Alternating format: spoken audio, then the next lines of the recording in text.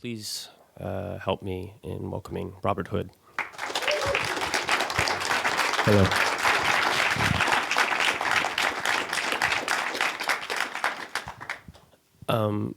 Obviously, if people think about the name Robert Hood, I think the first music that comes to mind is techno.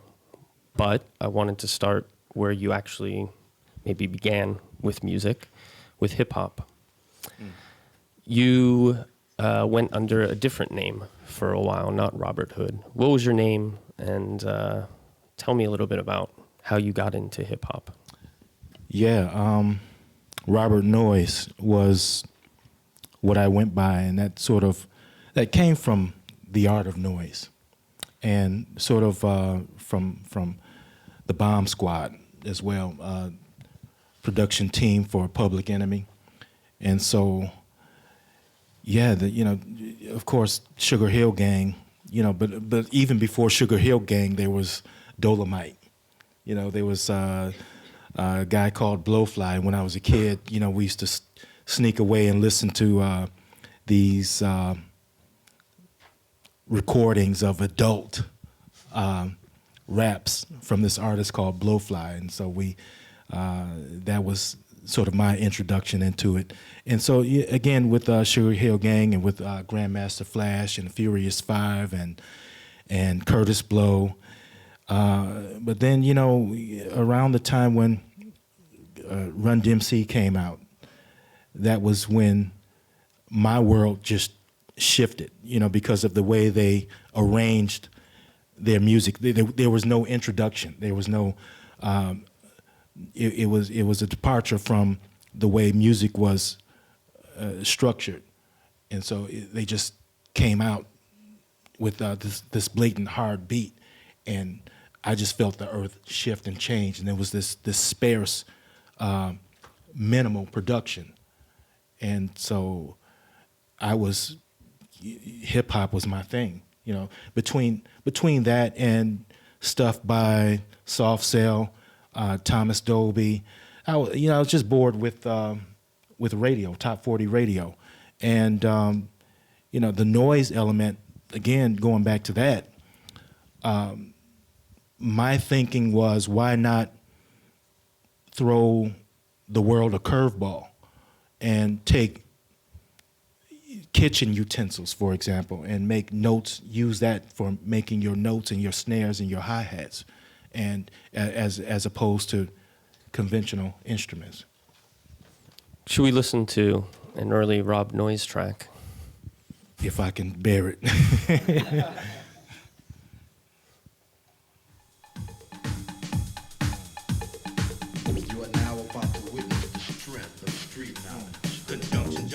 What's that function? Hooking up knowledge and making it run right. A sad point about our people. Can't seem to think and shake all the evil. That's why I picked up the mic again. Speaking on the brothers that practice sin. Think about it. Which way are we headed? The promised land or Armageddon? Sins against our race and the nation. Turn off the TV set and just listen. Turn in the noise. Turn off the TV. Let's begin. Take the words I send. Black people of America, think. Time for unity. We're on the brink of destruction. Mass genocide. Yeah, your Benz is nice. And so you ride through the hood. Collecting, thumping the bass, committing sins against our race. Wake up soon before it's over. It's coming. Get off the dime and move, son. You act like you just got off the boat. Selling out for a triple bank gusto. Wake up and stop living in disgrace. Commit sins against our race. Have you forgotten that once we were brought here, we were all Wow. Thank you. How long has it been since you've heard that? Wow, that's been maybe 25 years or so. And wow, that just takes me way back. I can remember recording that track. It was the first time I met Jeff Mills, and went in straight off the street. and I meet this guy called the Wizard. And Jeff is small in stature, and I'm looking for, I don't know what I imagined. Because you'd heard him on the radio before. Yeah, and I'm thinking he's, 7 feet tall. I don't know what I imagined. And, it's just like the Wizard of Oz. You peek behind the curtain, and there's this, and I'm looking past him saying, where's the wizard? and there's this guy behind this 4-track editing tape, and I'm like, okay, that can't be him. So when is he going to come out? And so, and I'm like, no disrespect to Jeff, but okay, this nerdy guy here, okay, maybe he's the wizard. And so it just threw me a curveball. I imagine when you saw him and how fast he was editing the tape that you were like, oh, actually, this might be the wizard. Yeah. Watching Jeff edit tape is art. It's like a performance. He does it so fast and so precisely. It's like a surgeon. And he's so he's so manic in the way he does things. It's just, right now, just flip the tape over, cut it, splice it, tape it, and it's cut precisely. And it's just amazing. Yeah. Obviously, he was on the radio. There's Electrifying Mojo on the radio. Mm-hmm. And we talked to Carl Craig yesterday on the couch, and he talked quite a bit about Mojo. Yeah. One of the radio shows that you always talk about, though, is one that was hosted by Derek May. Yeah, the Electric Crazy People. What did that show sound like? Progressive, acid. It sounded crazy. It was just so forward-thinking. And I can remember recording the show and listening to it and just saying, wow, what is this? And just getting on the bus, going to school the next day, and just it just sounded otherworldly. And I wasn't sure exactly what to make of it. And what is, I had never heard a 303 before, and what is this they're doing with rhythm and with sound, and with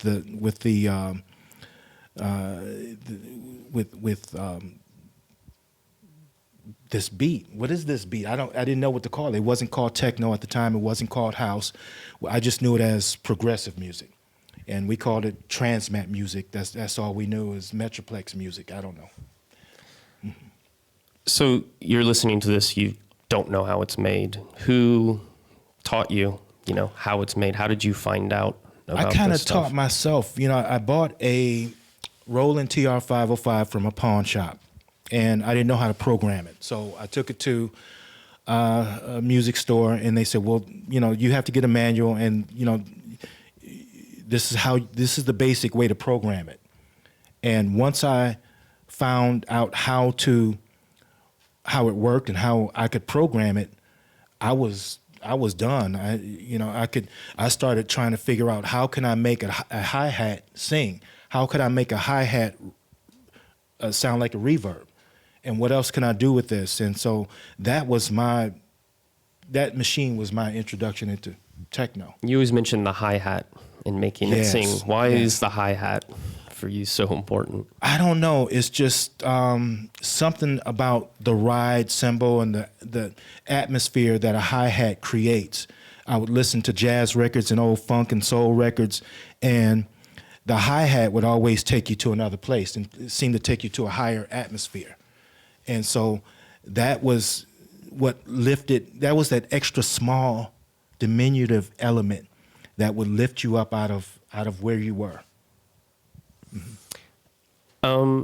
I wanted to talk, obviously you were doing the electronic music stuff and the hip hop and trying to fuse it together. Right. That was the idea of Robert Noyes, I suppose. Right. Mm-hmm. And when you sent something or what caught Mike Banks's ear was the drum programming rather than the rapping. Right. Because, I didn't want to rap. I wanted to find a rapper that could have the political lyrics of, let's say, Chuck D, combined with a more progressive attitude of Q-Tip from A Tribe Called Quest, and sort of combined also with the lyrics of Gang Starr, Guru. And so I couldn't really find anybody, so I decided to write it myself and perform it myself. But when I played the track to Mike, he noticed how I would make those hi-hats and the snares just sort of swing and roll, and the way I programmed the 505, and so that really made him pay attention. Should we listen to Gangstar for a minute? There's a particular track you wanted to bring up. Yeah. It's called Mass Appeal. Yeah. Why, while you're looking for it, can you just maybe talk about why this one in particular for you of Gangstar's work? Yeah, Mass Appeal.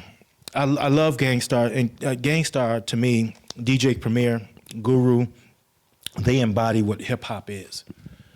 The lyrics, the production, and not from a gangster rap point of view, but from a storyteller's point of view, sort of like a Langston Hughes type of jazz poetry combined with hip hop. And so Mass Appeal for me is like my theme song, if you will. And if I could rap over my music, this is what I would say. Rap to me is like battle music. It's what I listen to before I go and DJ. It gets me in the mindset of going to conquer and slay a giant. And there's nobody that can stand in my way. I am unstoppable. And so, and also this superstar DJ world we're living in, I was sort of the antithesis to that. You know, I didn't want to be, I just wanted to put add my 2 cents into the mix, into this techno game. And so, but, you know, there are those who begin to look at me as, you know, who is this dude? He's not really one of us. He's not really like us. But I'm saying to myself, I can do this too. And matter of fact, I can conquer, you know, and slay giants and have an abundant career in this game. And I'm virtually unstoppable. It's a pretty good introduction. All right.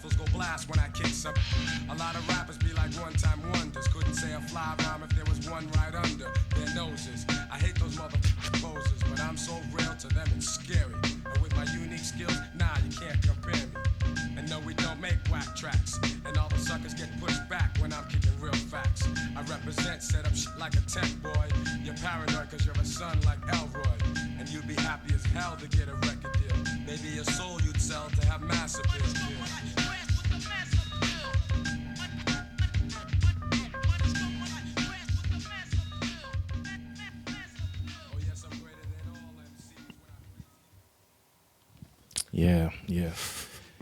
And I mean,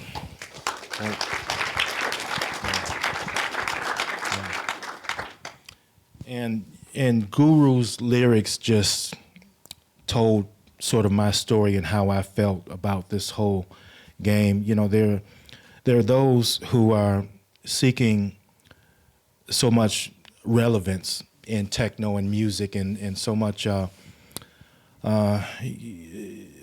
sense of, just to have a sense of belonging and to make their mark in it, that they're selling their souls and stepping over people and looking down their noses at up and coming artists who are just trying to, you know, get in this game and express themselves. And so we lose ourselves when we're just about trying to outrun the next cat, trying to outrace the next guy. And somewhere in the Bible it says that the race is not won by the swiftest or the strongest, but the one who endures until the end.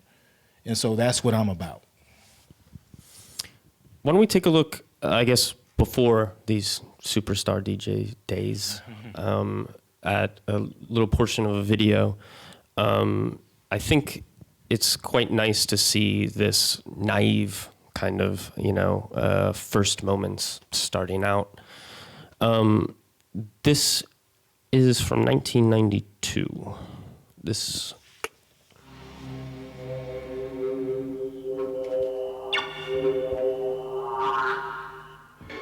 Live and direct from Detroit. Come on, Austria. Pump it up. Let's go. Yeah.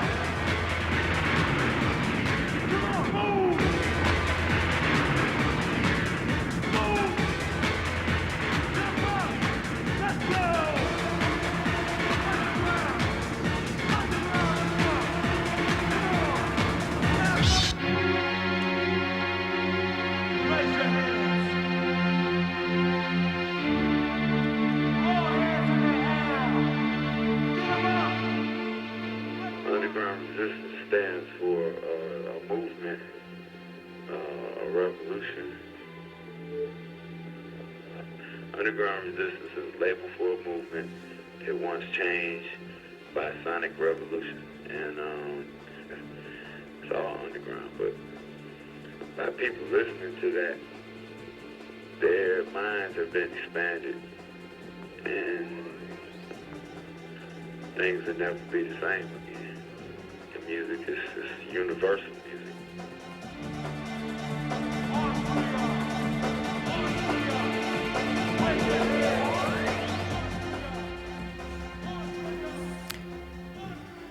Maybe not the underground resistance part, but those words still resonate for you?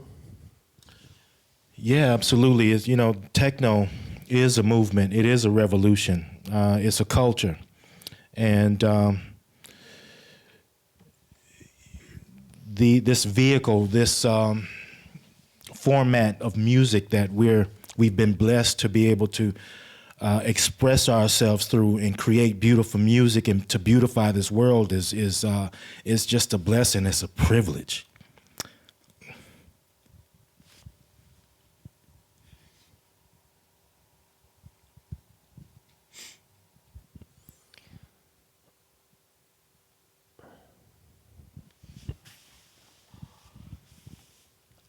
Back then, I'm wondering what you were doing with those guys. Can you kind of walk us through that video a little bit? And please feel free to take a minute. Sorry. I mean, you caught me off guard with this whole thing. I've never seen myself performing with Mike and Jeff, and we were performing as, more than a band. It was more than a revolution. It was more than a movement. I have so much love and admiration and respect for Jeff and Mike, and this music helped to save my life. And looking back at this young man, this young Robert Hood, I was just unprepared for it. And this music is to me represents the struggle of black artists from Detroit who came from nothing. I came from 7 Mile, living on the west side of Detroit and having nothing. And again, to be blessed to be able to share this music with the world and to create and be everything that God has intended me to be creatively is just it's humbling, And I see this young 22, 23-year-old kid who's, trying to find his way and trying to say something that means something to the world. In terms of coming out of Detroit, because obviously underground resistance became a national and an international thing, you started touring a little bit and going to different places. One of the places that I think was instrumental in bringing you to a wider audience was New York. You guys went to New York to the CMJ conference, was it? It was the New Music Seminar. First time I had been out of Detroit. Ever. Ever. And so this was, this whole experience that year was it's just life-changing.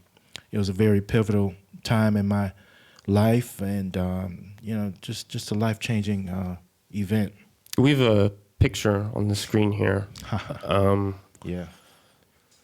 Can you talk about these people and what was happening when you were in New York together? Yeah. Did Mike, he wanted his face blotted out? Yeah, of course. That's Mike Banks. That's Mike Banks, right. Mike Clark, one of the first dudes I ever met in techno house music, introduced me to the guy to the left of me is Agent X, and introduced me to Underground Resistance. On the far left, you have Janal, one of the members of the house, and I know that guy in the middle. I can't remember his. Pretty sure he has something to do with Crystal Waters. Okay. Obviously. Okay, It's there the we Basement go. Boys. Okay. Thank you, Mr. Jensen. And, we met a gang of people. We met a lot of people that, I met Queen Latifah. She stopped us on the street and was asking us, what is all this UR business? I see folks running around with these UR shirts on. What is this? Is this a gang? Is this a movement? Are you guys terrorists? What's going on? LL Cool J was, hey, we stopped us on the street. We met Ice-T, guys from Digital Underground. It was, we met Eazy-E. I shook hands with him, and, It must have been your first time leaving Detroit. It must have been crazy to have that experience meeting all these people. The drive there was what I enjoyed, that's drive. great. Yeah, it's a long drive, and we, but that's what I enjoyed the most in the drive coming back, because I felt changed. And I was listening. We were driving into Detroit, and coming off the freeway, listening to the Whistle song by Frankie Knuckles on WJZZ. WJZZ played Larry Heard, Fingers Inc., and all that stuff like it wasn't nothing, next to Earl Klugh and Ramsey Lewis and all that. And so it was just like, when I heard that coming into Detroit is like a new day, a new sun is rising, and I felt a fresh, new energy, like I was born again. You have a Band-Aid on there. Yeah. What happened? Got shot. So you got shot right before you left Got shot Detroit. before I went to the New Music Seminar. I was working in a record store. So it really must have felt like a new day coming back. Yeah. You survived this. Exactly. And so having escaped death, I can remember blood pouring out of my head, and thinking, this is it, I'm going to die. I haven't really experienced life yet, and here it is, I'm leaving Earth. But, to God be the glory, I'm still here. And again, that whole experience, traveling with Jeff and Mike and learning from them and meeting new people and traveling to New York and this whole experience of the New Music Seminar was just life-changing. Yeah. A lot of people know the Underground Resistance story, so I wanted to jump ahead a little bit to when you guys grew apart and started your own things. Jeff started Axis, and you, a little bit after that, I guess, started Implant. Right.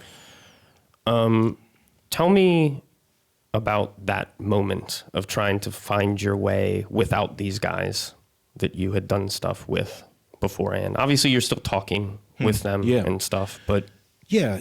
It was, it's kind of like when Snoop Dogg left Death Row, and it was just like, okay, there's no more Dr. Dre.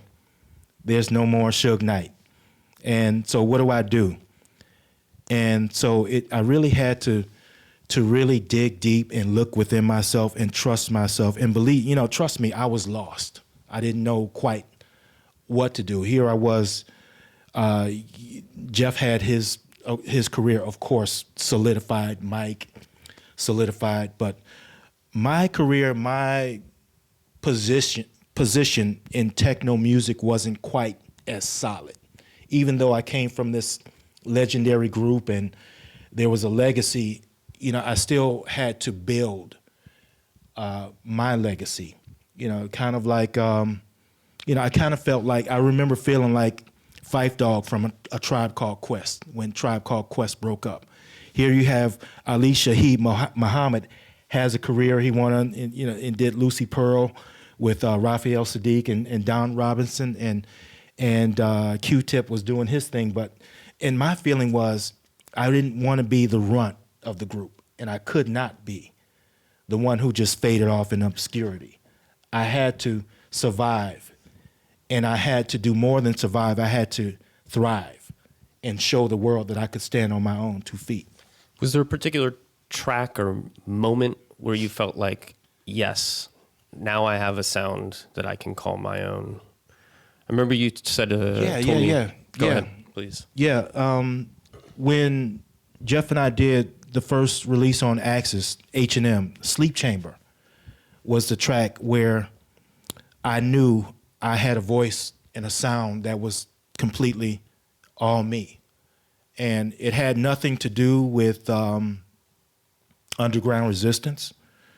It had, maybe some elements of Detroit's essence in there, but this was my voice.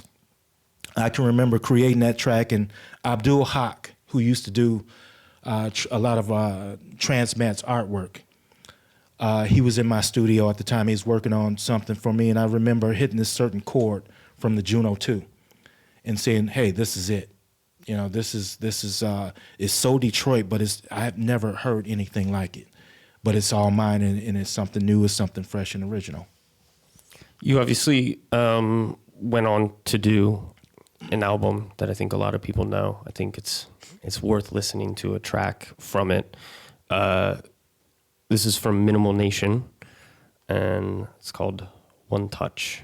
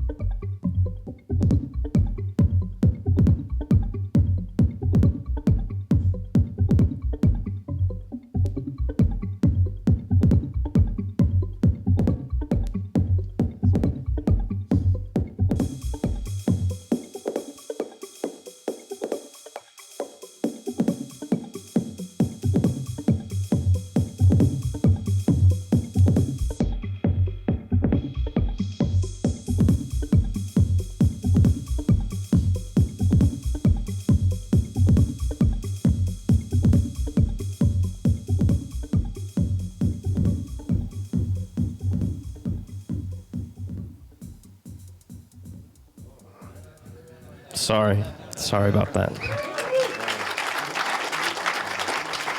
Thank you. Sorry about that.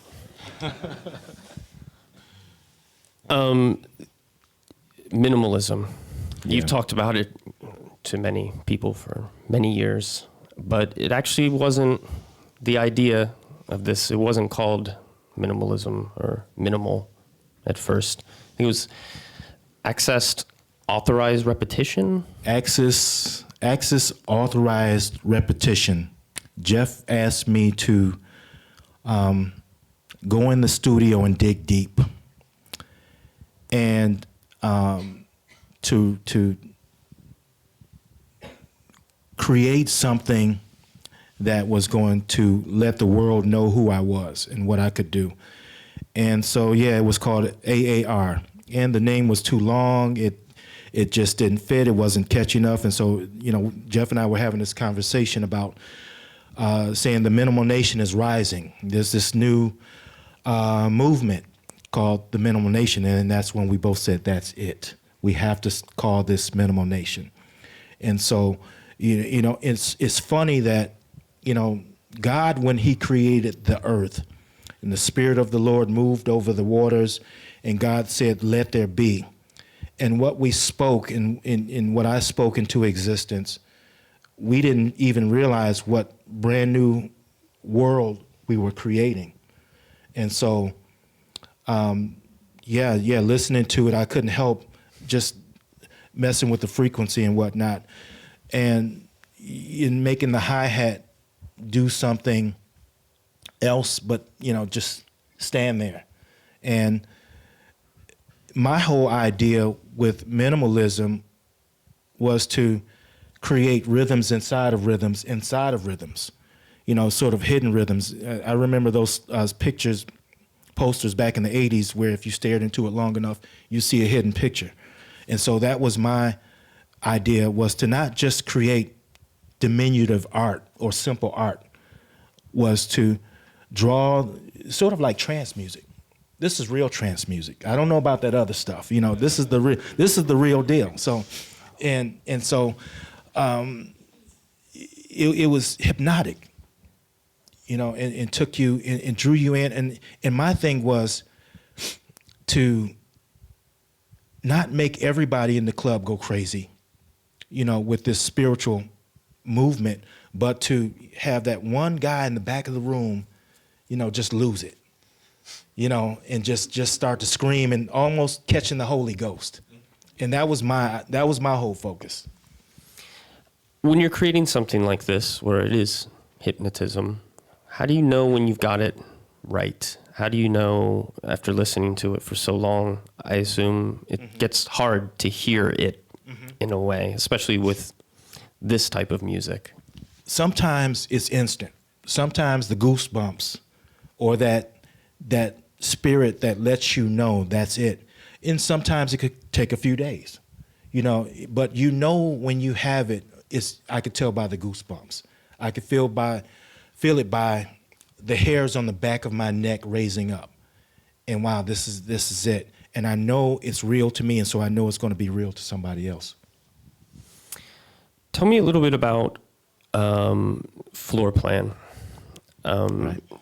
Obviously, minimal techno is what a lot of people know you for, but especially recently, this more housey alias has come around. Yeah. Again. I'm trying to remember Floorplan's first release, Funky Souls. And I had always had this yearning, burning desire to do a more house, to do some house music. And but I didn't want to sound like Frankie Knuckles. I didn't want to sound like Lil Louis and Inner City. I wanted to do something else, and not necessarily the garage sound. And so I wanted to kind of blend minimalism and my Robert Hood sound with the Detroit house sentiments and emotions of, let's say, Blake Baxter and Chip E. Without being so repetitive, but just soulful house. I think obviously people know Detroit for techno, but it also has an enormous house scene. Mm-hmm. Can you talk a little bit about that scene and were you part of it? Well, my best memories are of the Music Institute. If you were blessed enough to have been at this private club. It wasn't open to the public. You kind of had to know somebody who knew somebody to get in and check this thing out. Late hours, 3, 4 o'clock in the morning. It's a juice bar, just a black box. What is a juice bar for those who may not know? Well, I guess just juice instead of alcohol, no alcohol. And just forward-thinking, progressive people.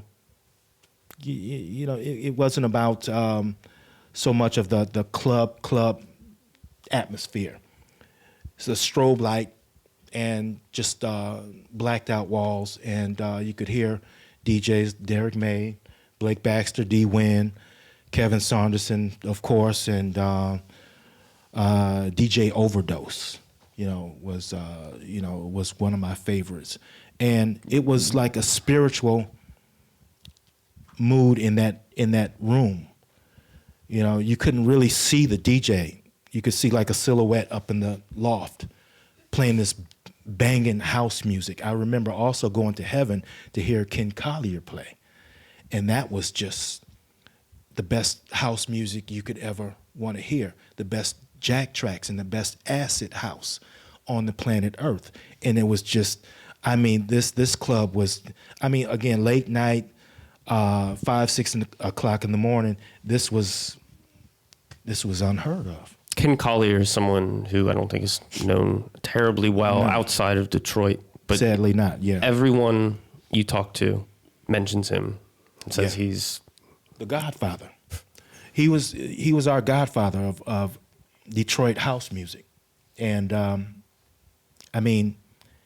his mixing, his blends were just flawless, and he knew when to play what. And if you studied him, and Jeff has also taught me this too, you learn how to read the crowd and how to move the crowd when the crowd is tired, when to give them a break, and when it's time for them to go to the bar. Ken Collier was who I believe taught Derek May, and they learned from this master, the true master. With the Floorplan material, you mentioned Funky Souls, which you put out quite a while ago. Mm-hmm. And then you came back to Floorplan a couple of years ago in earnest. Mm-hmm. Why? What was happening around that moment that you felt like I need to revive this alias of mine? God woke me up in the middle of the night. And when I say woke me up, literally out of a deep sleep, and my eyes just sprang open. And God said, I want you to put the gospel in the music.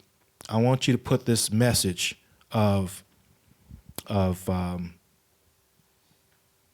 gospel of Jesus Christ in this music. And I'm thinking to myself, okay, I hear you. How are the people going to receive this? And I wasn't sure. Maybe they won't like this. They know me for the Minimal Nation stuff, the Internal Empire stuff, the Monobox stuff, maybe a little Floorplan. But how are the people going to receive it? He said, don't even worry about that. You're gonna start a new movement. You're going to bring the church to the club. And I said, well, okay, all right, well, okay. And I started, immediately I went to the studio and started listening to some music. And God directly, told me to go here, check out, listen to this Aretha Franklin record, this James Cleveland record, listen to Andre Crouch. And these are all records that I grew up on. I grew up in the black church. This is music my grandmother always listened to. And so it was just a natural progression. It was just in my DNA. And so God told me I want Floorplan to be the vehicle or the catalyst to bring this music out. Why don't we listen to one of the tracks that has come out in the past couple of years?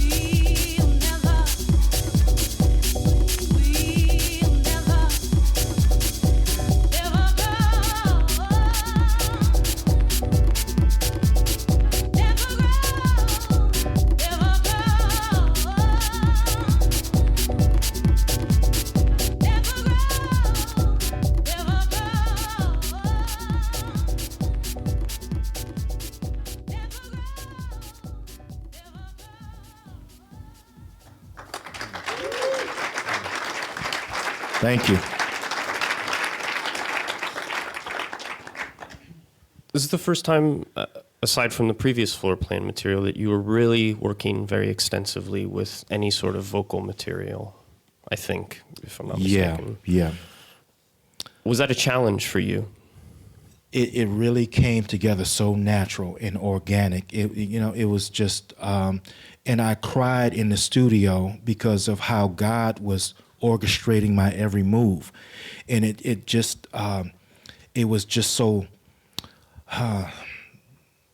supernatural. I had done things in the natural, but now I was stepping over into the supernatural, and it was just, I was amazed at how easy it was that this came together.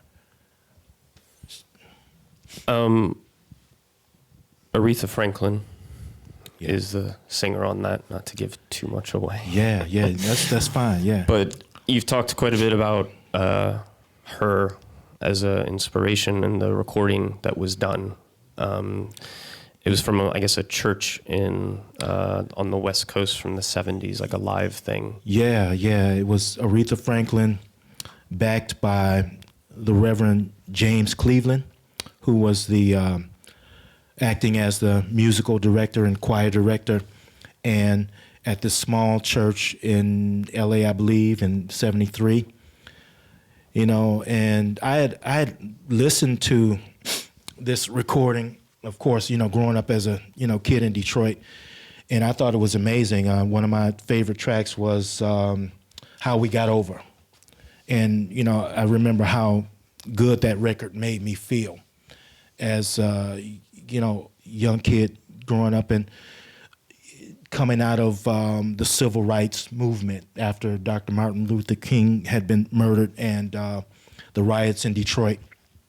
And Aretha Franklin and James Cleveland and the Reverend C.L. Franklin was just a huge part of Detroit, not just in the church, but amongst Christians in living in trying to survive racism in Detroit. There's a lot of racism in the automotive industry, coming from Alabama, just trying to make a better life in Detroit. And this music this is what lifted us up and gave us hope. And so listening to this record and making the beats for it, it was just like a marriage. It just came together so naturally, like it was just meant to be. In the track that we listened to, you can hear vinyl crackle, or Yeah, the potato chips. Yeah, the crackling. And I could have gone on iTunes or whatever and pulled out a clean version, but I questioned that, and I said, should I leave this in here? And I said, yeah, that adds to the whole vibe, to take the listener back into the 70s. I found this record in a, I think it was a pawn shop somewhere, and I said, yeah, this is the whole essence of the record. This is, potato chips is the, that's it. It's got to stay. You said in the past that techno and gospel aren't that far apart. Why is that? No, because listen, I remember times at the Music Institute where it was so spiritual and the music had gotten so sparse and so repetitious. It reminded me of early Sunday morning at church when the Holy Ghost was moving, and you could see mothers just falling out in the aisles and banging on tambourines, and it was just the drums and maybe the bass player or just the drummer by himself, and this you could feel the anointing sweep through the entire church, and again mothers and church deacons just passing out in the aisles, filled with the Holy Ghost. And that's what reminds me of techno, and it's not that far apart. I mean, house music takes its roots from gospel music. And so you can go back to Ray Charles and Sister Rosetta Thorpe and the Clark sisters, and I know but yeah, it's all tied in together. House music is derived from gospel music, disco, and all that. It's tied in. You had your own moment in 2007, I think it was, in the church where you were the one falling in the aisles in the church, I think, so to speak. I read in an interview that your wife told you it's time to speak. Wow, yeah. I don't remember saying that, but it's amazing that you got that. I remember that the spirit in the sanctuary was so high, and I was standing at the altar with my hands lifted up, and she came behind me and put her hand on my back and told me to just open your mouth and speak. And I began to just shout hallelujah, praise God to the top of my lungs, and to speak in tongues, and just things were coming out of my mouth that I didn't realize could come out of my mouth. I didn't know was in me. And so I don't think that it was then that I was filled with the Holy Ghost, but I had a supernatural encounter. And so after that, later on, of course, I was baptized in the Holy Spirit and filled with the Holy Ghost with the evidence of speaking in tongues. But that moment, I knew I was a prophecy which had been spoken over me. A man was at our church in Detroit and said that you're going to preach. And I was the sound man, and I was at the mixer, and when he pointed at me, I said, who is he talking to? And I was the only one in that corner, and I'm looking around like, he can't be talking to me. And this is not, he must be talking to somebody else. Because you said you were quite shy. Yeah. I was not the one. I was always the one to leave church early, and I would always sit in the back and never mind lift my hands or say hallelujah, praise the Lord. I always want to get out of church early so I can go home and smoke.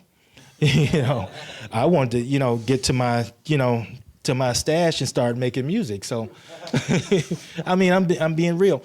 And so, to say, when this minister said you're going to preach, I'm like, say what?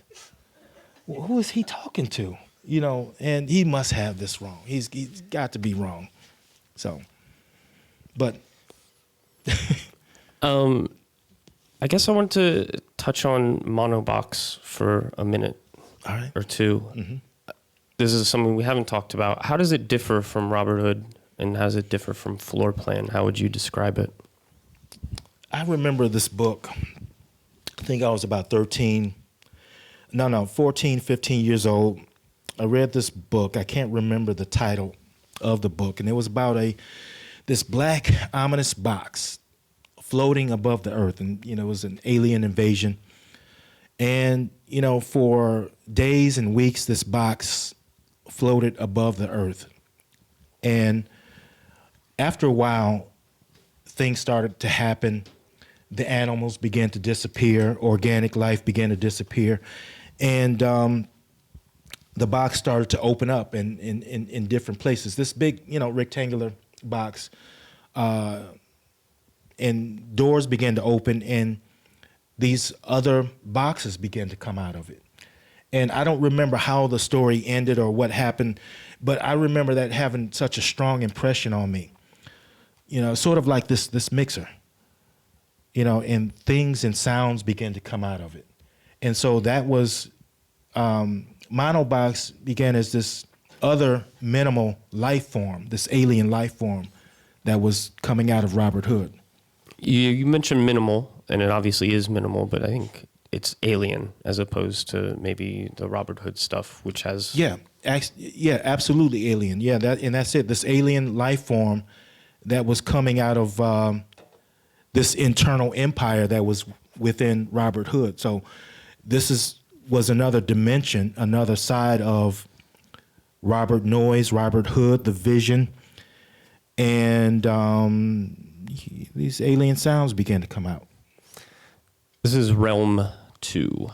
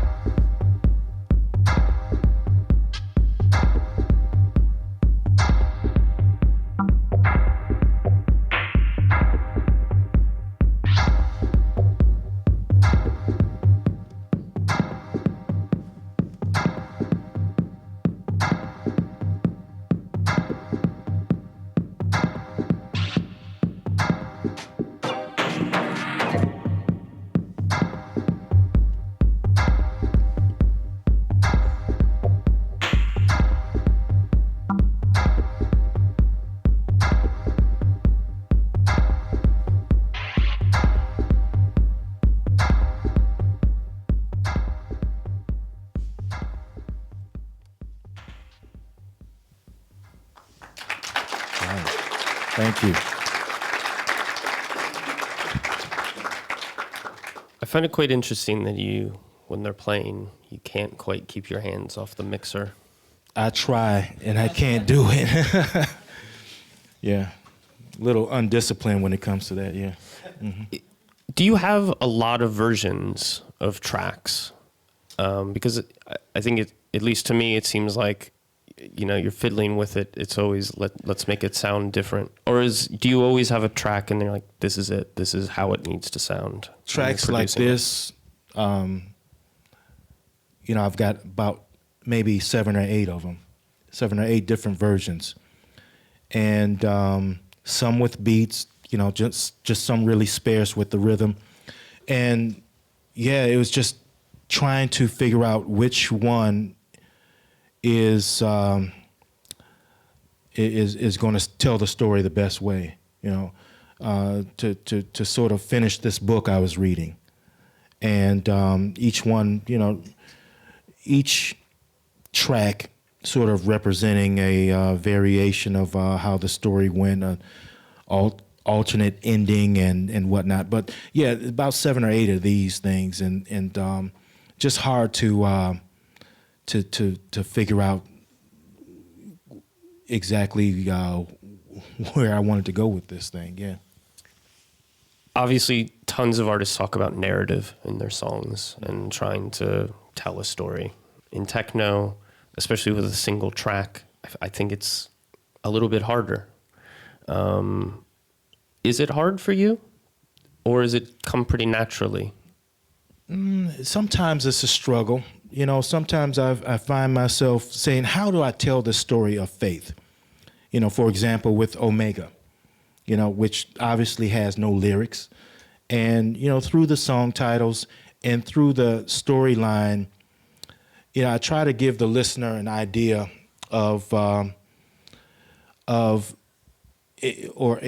mental picture in your mind's eye of if you just close your eyes, just what's happening, sort of the way that Slick Rick tells a story, where he can take the listener right into that world, sort of the way the Notorious B.I.G., who was very, very good at taking you right there to what's going on, sort of a cinematic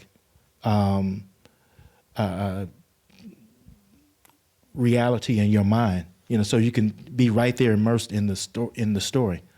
Both of those artists, though, of course, have lyrics to rely on. Right. And so I find it quite interesting that you're able to... The hi-hats. It's the hi-hat? Yeah, back to the hi-hats. The hi-hats, the bass line, the moodiness of the record that takes you into this world of Detroit techno, or into this world of Monobox, into the world of Floorplan. And the hi-hats has always been my partner, my co-pilot, to help raise that level of awareness or lower that level, to add and subtract and mathematically take you there. And so, for the most part, yeah, you know, it all came together organically and pretty easily. And sometimes there was a struggle. M-Plant is 20 years old this Yes. year. You've been around for even longer than that. Yes. How do you maintain longevity in the DJ world? I mean, it's obviously a young person's game. How can I say this without preaching? God is real in my life. And I can't help talking about God without getting, it's hard to talk about God's vision and his purpose without getting, you know, passionate and all, you know, misty-eyed and whatnot. Because, you know, God has given me and each and every one of us the ability to defy gravity, to defy the laws of nature, where it says, okay, at 50 years old, 60 years old, you're supposed to stop. For what? When I hold on to God's unchanging hand and I became spiritually aware of who I am and what I can do, the Bible says in Philippians 4:13, I can do all things through Christ, which strengthens me. God is the source of my strength, and every time I draw from the wellspring of God, it gives me fresh water. And the best way I can explain fresh water is, we all know what a pond is. It's a body of water, but it's stale. There's no new life in it. You know, it becomes stagnant.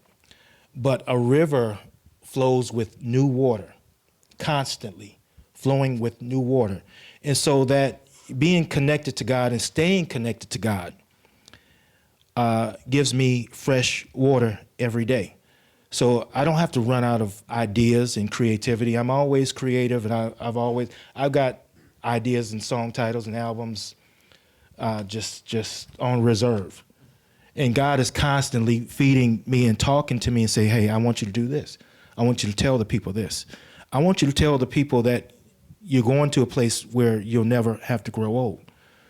I want you to tell the people of the good news of the gospel, that Jesus died for you, and you don't have to die. You can live forever. You can have everlasting life. And that's what the album Paradise is about. It's about everlasting life, of course. But again, you know, I'm staying young and fresh in this climate of new DJs, there's new kids coming out every year, of course. And so, but I'm still relevant, and I never have to stop and slow down. Again, it goes back to being victorious, being unstoppable, and creativity. You're a writer, you're a journalist, and whoever you are, as a cook, as a farmer, whatever you do, we're created to build beautiful new things. God spoke and said, "Let there be light," and so I can speak and say, "Let there be house." Obviously, the techno world is, we talked about the roots, and it's obviously connected to that, but at the same time, there's always, I guess, I imagine the worry perhaps in your mind that there's not a lot of religion on a dance floor these days, especially in nightclubs in Europe and it's a hedonistic place. Yeah. Is there ever a worry in your mind about bringing this stuff up to, an audience that may not care? No, absolutely not. This is what God created me to do. And again, when the preacher said, "Hey, you're going to preach," he prophesied and he spoke it. And so all I have to do is receive it and say, "Okay, God, you want me to say something to these people that's going to speak life into them. I'm not going to speak about rims and gold teeth and and hookers and and smoke. I'm going to speak life into the people, And so I'm going to tell them about this man called Jesus, who's real in my life, and through this man called Jesus, I have abundant life, and we all have abundant life. But it's about choice. And my job is to say, okay, here it is. I set the table. Now you can either eat or starve. There's a saying that goes, you can lead a horse to water, but you can't make him drink. And I would like for everybody in this room, everybody who's going to see this and hear this, to drink from the well of living water. And, Heaven 17 wrote this song called We're Going to Live for a Very Long Time. And I didn't realize that was actually a Christian record. And so the lyrics are, something like, I don't care what the world thinks. We're going to a place where basically we're never going to grow old, and we're going to live for a very long time. Forever is a very long time. And to live in heaven is beautiful. To live in hell, that's that's miserable. I mean, we have a choice. And my job as a Christian, as a minister, as a man of God, is to not just serve you music, but to serve you this spiritual food and say, here it is. And say, you're welcome to it. Come eat, come dine, come drink, and you'll never have to be hungry. You'll never have to be thirsty. I wanted to touch on a couple more topics before we open it up to questions. To go way, way back again. In addition to the music that you were making, you were also doing some illustrative work. Yes. I wanted to put a couple things on the screen. Okay.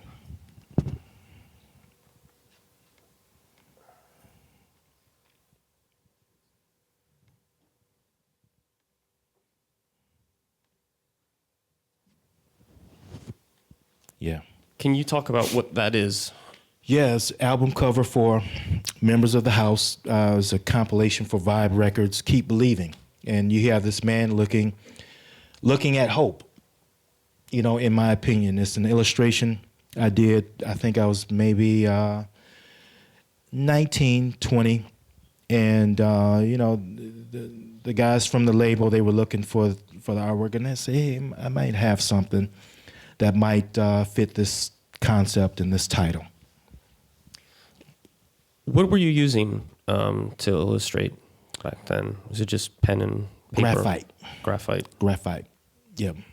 Maybe a little bit charcoal, but mostly graphite. And you also did work with other Detroit techno people. Yeah, Juan Atkins. I can remember meeting Juan at, where were we? Maybe the UN, maybe the Majestic Theater. I can't remember. And yeah, he asked me to come over and show him some of my work, and you know, we started a relationship through, you know, through this, you know, through this meeting, and so that's hard to look at. That's not, you know, this was, you know, more of a graffiti style, and Why is it hard to look at? It's so basic. You know, when I look at that other piece, yeah, I took my time and really, but this is, you know, it's good for what it was for. You know, that's what it was for. And so, hype stuff, this compilation that Jeff and Mike were working on at the time, and they needed some artwork, and so came up with this style, this, you know, this illustration. My father was an illustrator. He was a musician, jazz musician, and so it's in my DNA. And so, You mentioned Abdul earlier. Abdul Haq. Mm-hmm. Who is he, and can you talk a little bit about the stuff that he has done with his illustration work? Mostly Transmat album covers for Derek May, and he did some work for me I had a newsletter around, I'd say 92, 93, called Global Techno Power. It's a monthly newsletter. And he did graphics for me, and I did a compilation, a series of compilations for Alpha Records from Japan. And so he did all the artwork. It was, you know, sort of, I remember his art, his material, his work being surreal, very spacey, and almost like poetry. And it was the visually equivalent to what Derek May was creating. And so, yeah, I thought he was amazing. Tell me about this newsletter. Yeah. I've never heard about it before. Yeah. If I were to open this up, what would I see in it? You see, I mean, charts, the top 10 list, maybe some reviews and some articles on maybe electronic equipment. And you were doing all of the writing? Yeah, for the most part, I did everything. You know, there was a guy, Carl Martinson, who was doing the artwork. Him and I worked together, and it was just basically him and myself. And this was, what time period are we talking? 92, 93. Mm-hmm. So you were in Underground Resistance at that point and doing... Yeah, they decided, you know, Detroit kind of needs a newsletter. Al Oldham, some might know him as DJ 3000. He did Fast Forward, was a newsletter he did. And so I think he had decided not to do it anymore. And so we decided that Detroit needed some kind of publication to help promote not only Underground Resistance and its artists, but Detroit techno. Why was that? I mean, what was the motivation behind, you know, spreading that gospel, so to speak? I don't know. It's just extra propaganda. You know, to you know, every movement, I guess, needs a propaganda letter. You know, so that was it. Did it feel like a movement at the time? It did. You know, with UR, The Punisher, X101, X102. It was a movement. Everything was, it was like a cult. It was like ISIS at the time, you know, and we were sonically terrorizing the world, the music industry, you know, and not that I'm promoting ISIS or, you know, nothing like that, but that's where we were kind of like the public enemy of techno. And we were like X-Clan and that whole S1W movement. And so, yeah, it felt like, and all of Detroit City was standing up and taking notice. And again, when we went to New York for the New Music Seminar, We're being stopped by LL Cool J, Ice-T, and everybody wants to know, what is this? We were just flooding the streets with, with this terrorist attitude. Why don't we go ahead and open up to questions, actually. Okay. Just a quick note, the questions should only be asked by participants. I apologize, but it's obviously for them. So please, if you have a question for Robert, save it until later. So, does anyone have any questions? All right.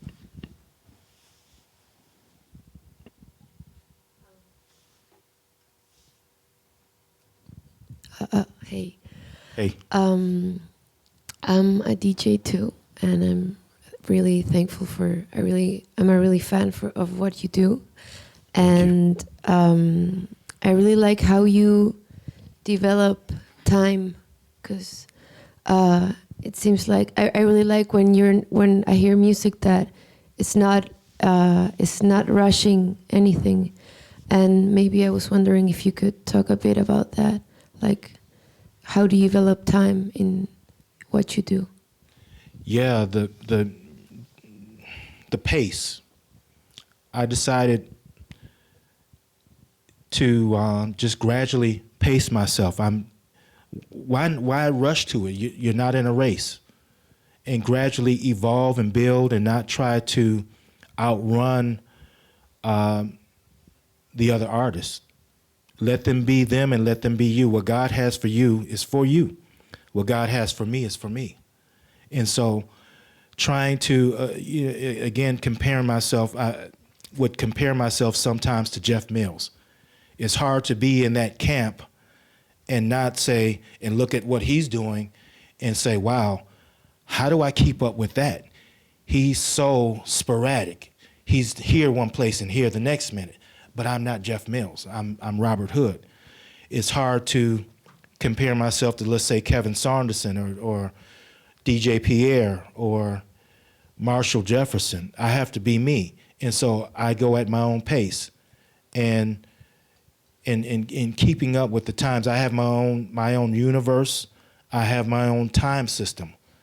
And it doesn't operate by somebody else's sense of time, if that makes sense to you. And so I had to realize who I was and what I had and the legacy that I was trying to build.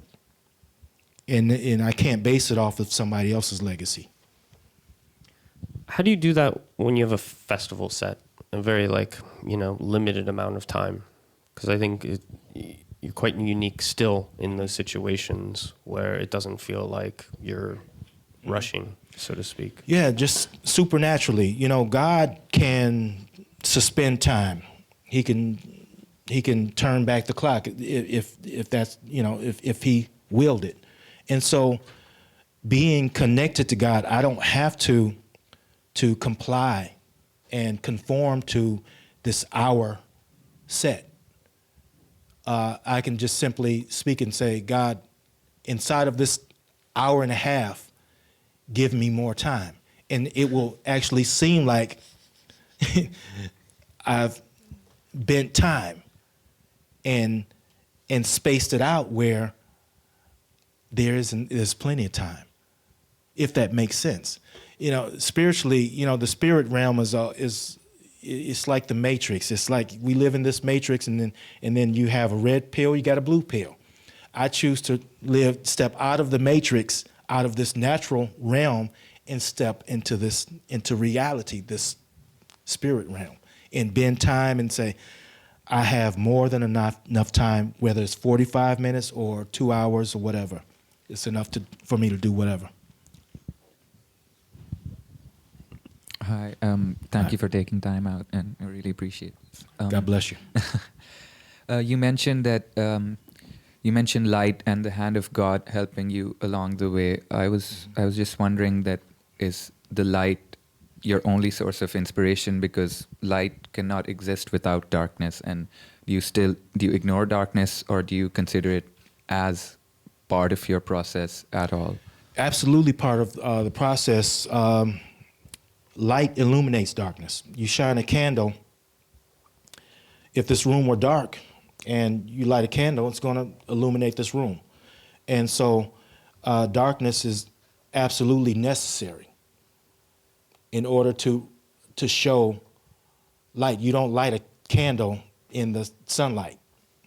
And so it is, yes, all a part of, again, going back to Genesis, and there was darkness upon the face of the earth, and the Spirit of God and moved across the waters, and God said, let there be light to illuminate, and turn on that. He turned on the light bulb and lit up the world and created mankind and breathed life into each and every one of us. And so that's what we are to do as little G's, not big G's of God, children of God, and to spread light throughout this entire world.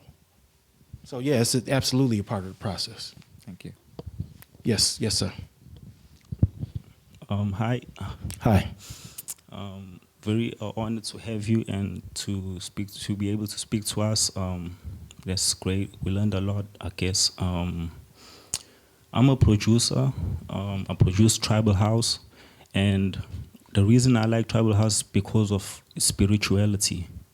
Yeah. So I want to ask, how do you go about producing that spirituality on your production? Mm-hmm. How do you go about arranging it, and how do you know you have reached that point where if someone else listens to it, is if I listen to it, I'm definitely gonna feel the spiritual point of view?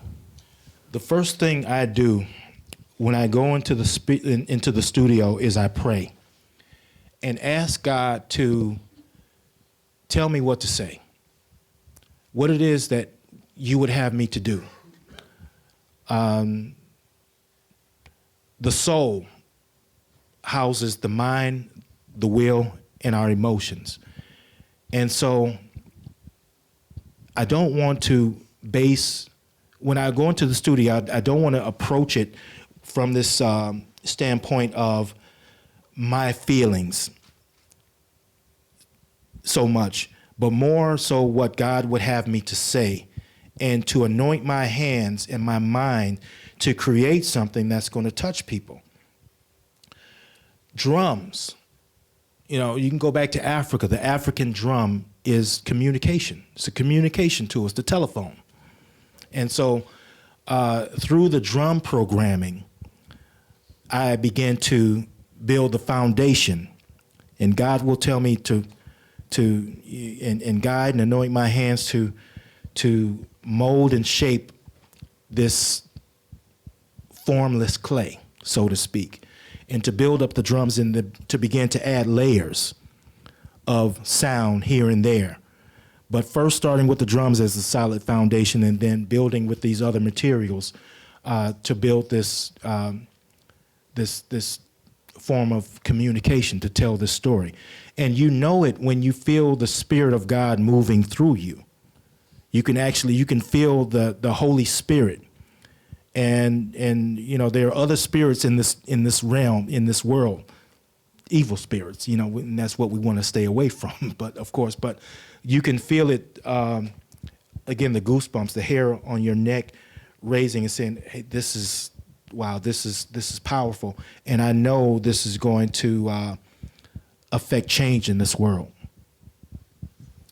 To talk about the nuts and bolts for a moment, you've used the same setup for a very long time, if I'm not mistaken. Can you talk a little bit about what you use and how your workflow very concretely goes? I mean, you talked about drums being the bass. Yeah.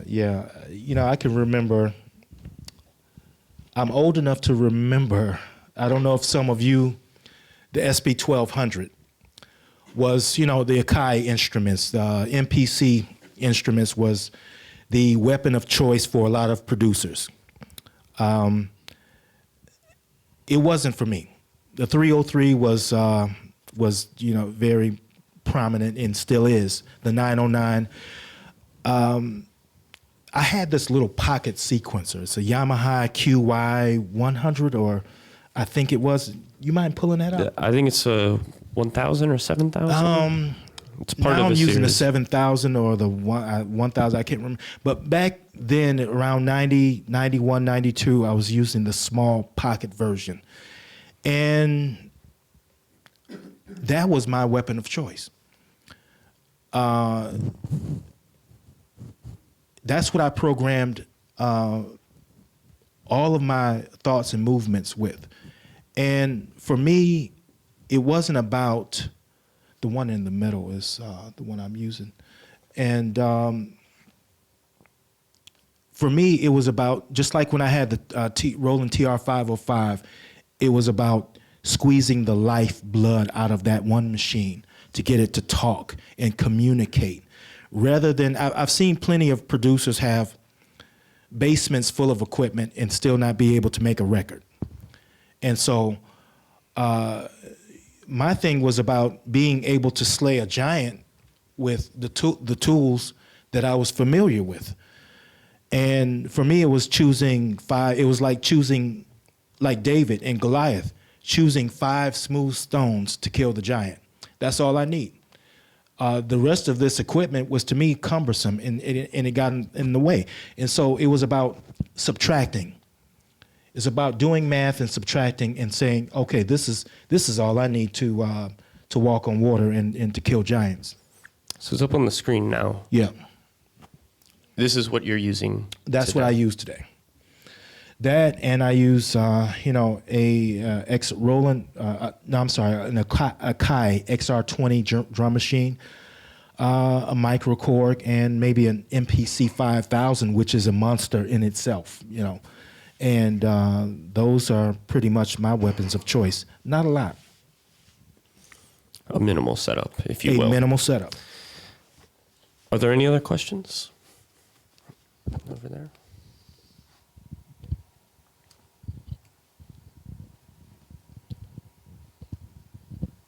Good morning. Good morning. Thank you. I'm probably the guy going nuts in the back of the club listening to... My man.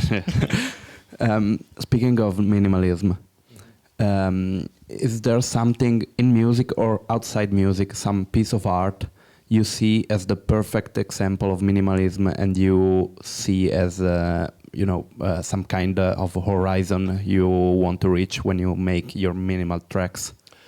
The structure, you know what? Beginning with Detroit, the fist, Joe Lewis's fist in Detroit. That says so much. You know, when that sculpture was first unveiled, I thought, what a joke. Why couldn't they build the whole statue? Why was the budget so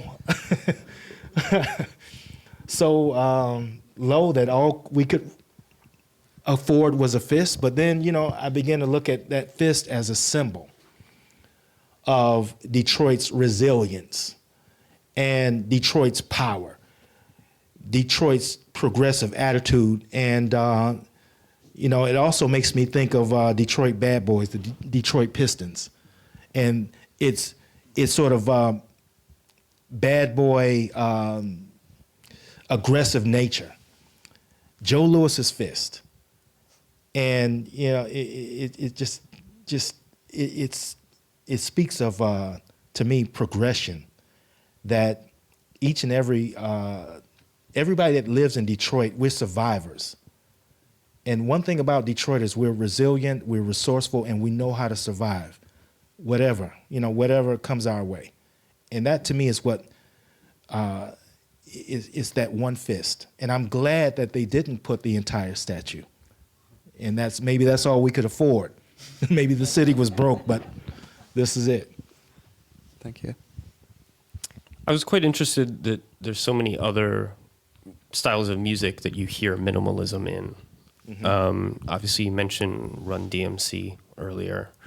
Can you talk about some other tracks that aren't techno that really embody that sort of vibe and style for you, that maybe people don't hear it in exactly that same way? It wasn't so much as other forms of music. You know, Soft Cell, Tainted Love, we talked about that yesterday. And I was captivated by its stripped down nakedness and how it grabbed people's attention. And records like Just Can't Get Enough by Depeche Mode, the part where it's just the bass line and the drum. And that, to me, that repetition was, to me, one of my first or earliest examples of what minimal was. And it was about taking that one part, that break, and repeating it over and over in order to create this hypnotic spell and to captivate the listener and take you into, forget about the rest of the record. I want to take you into this other world. We're going to take this one part, repeat it over and over, and take you somewhere else, away from Depeche Mode, away from this club, into a whole nother universe, another galaxy. And records like that, records like Dancer by Gino Socio. I can remember being 13, 14 years old and going to basement parties. Too young to go to the discotheque to hear Chic. And so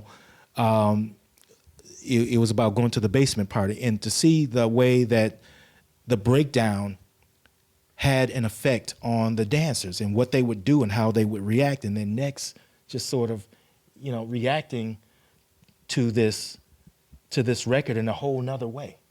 And that's what minimal was about to me. And so artists like Gino Socio, Kano, Soft Cell, let's see. One thing you that mentioned, to me was, Depeche Mode, that to me was diminutive art. one thing you mentioned that I found really surprising to listen to it in this kind of new context was the Temptations. Yes. Papa was a Rolling Stone.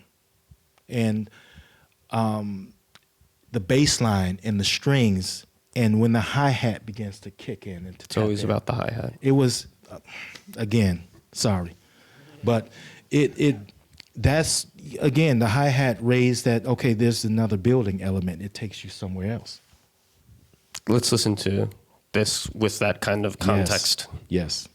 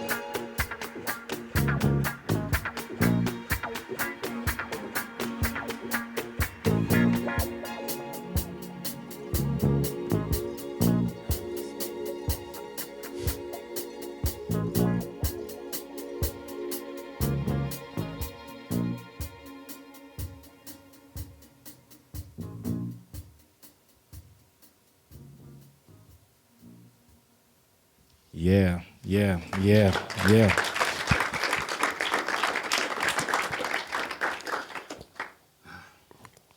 Are there any other questions? Hi. Hello. Okay.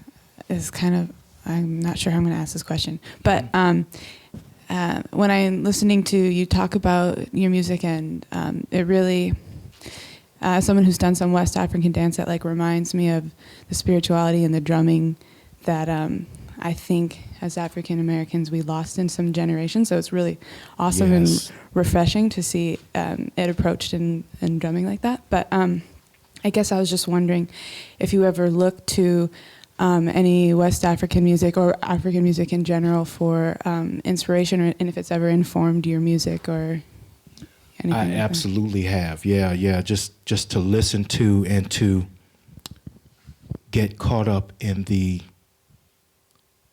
storytelling elements of African drumming, and not to try to emulate or copy it, but for inspiration, to draw from that spirit and try to create that same spirit through my electronic drum programming, if that makes any sense. And so, yeah, again, the drums it's a communication tool. And so you heard these hi-hats and this rhythm building and then falling, adding and subtracting in the repetition of it, evoking a spiritual rhythm. And you can see it in the dancing of African dancers, and watching them and seeing it spiritually take them into another realm.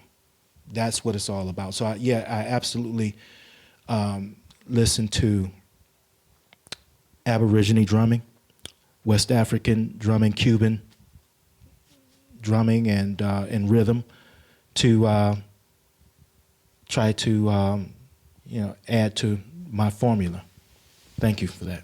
Awesome. I also noticed that, like, even the sample, the vocal sample, it almost felt like a call and response, like, that you might find in, anyway. So it was just awesome. And that's true. Yeah, the call and response, and just watching the way a dancer reacts and responds to this rhythm, whether it be African or whether it be a dude from Detroit in that basement party. It's the same reaction. Does anyone else have any questions?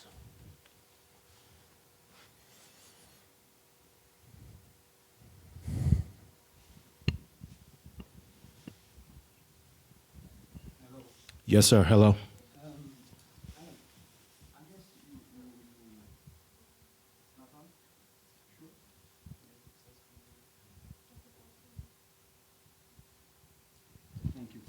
There we go. Hello. Hello.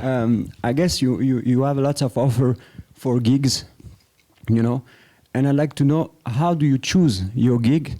Do you let your agent choose your gigs, or is it, what kind of motivation do you have when you take an offer for a gig abroad?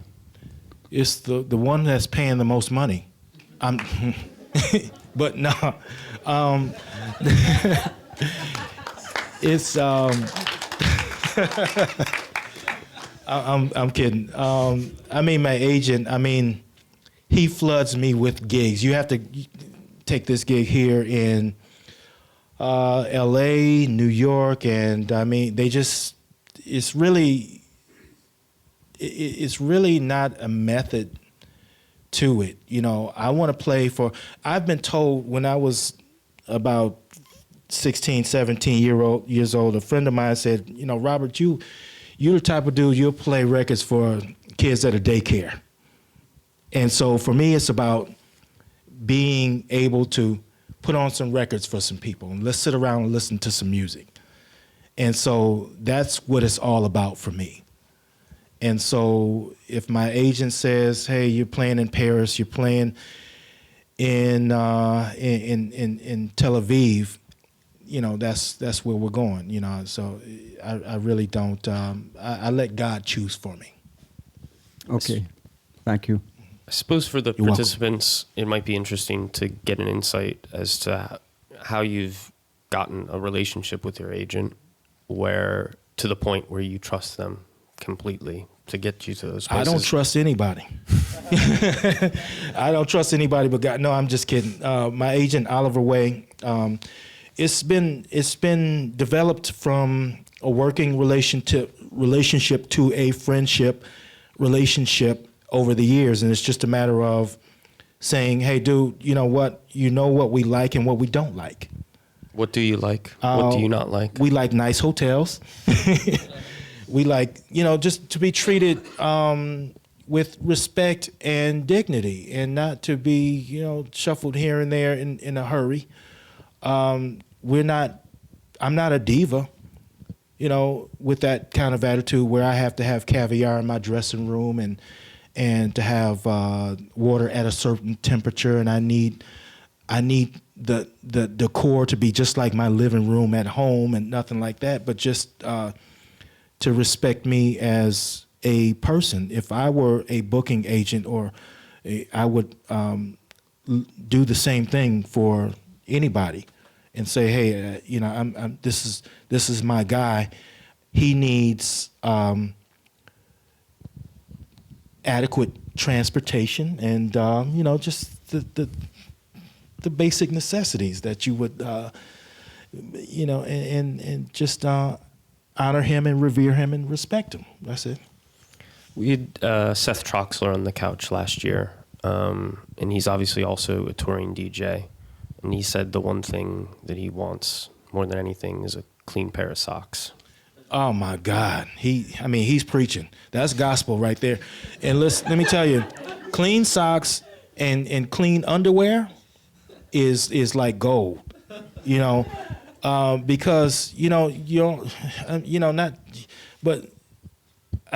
socks is. I feel like I touched a nerve here. I just bought a pair of brand new socks yesterday, and I'm like, socks, and it's 5 to a pack. We usually get 3 to a pack in the States, or unless you buy a big multi-pack. Everything's better in Japan. Socks. My man is right here in his socks, and they're clean. And it's nothing like clean, fresh socks. It's a sense of peace and well-being. And it makes you think, okay, I can go a little bit further. I can travel to this next city because I got a fresh pair of socks.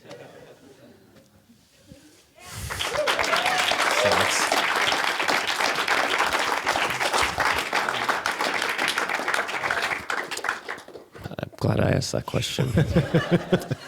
Are there any other questions from any of the participants?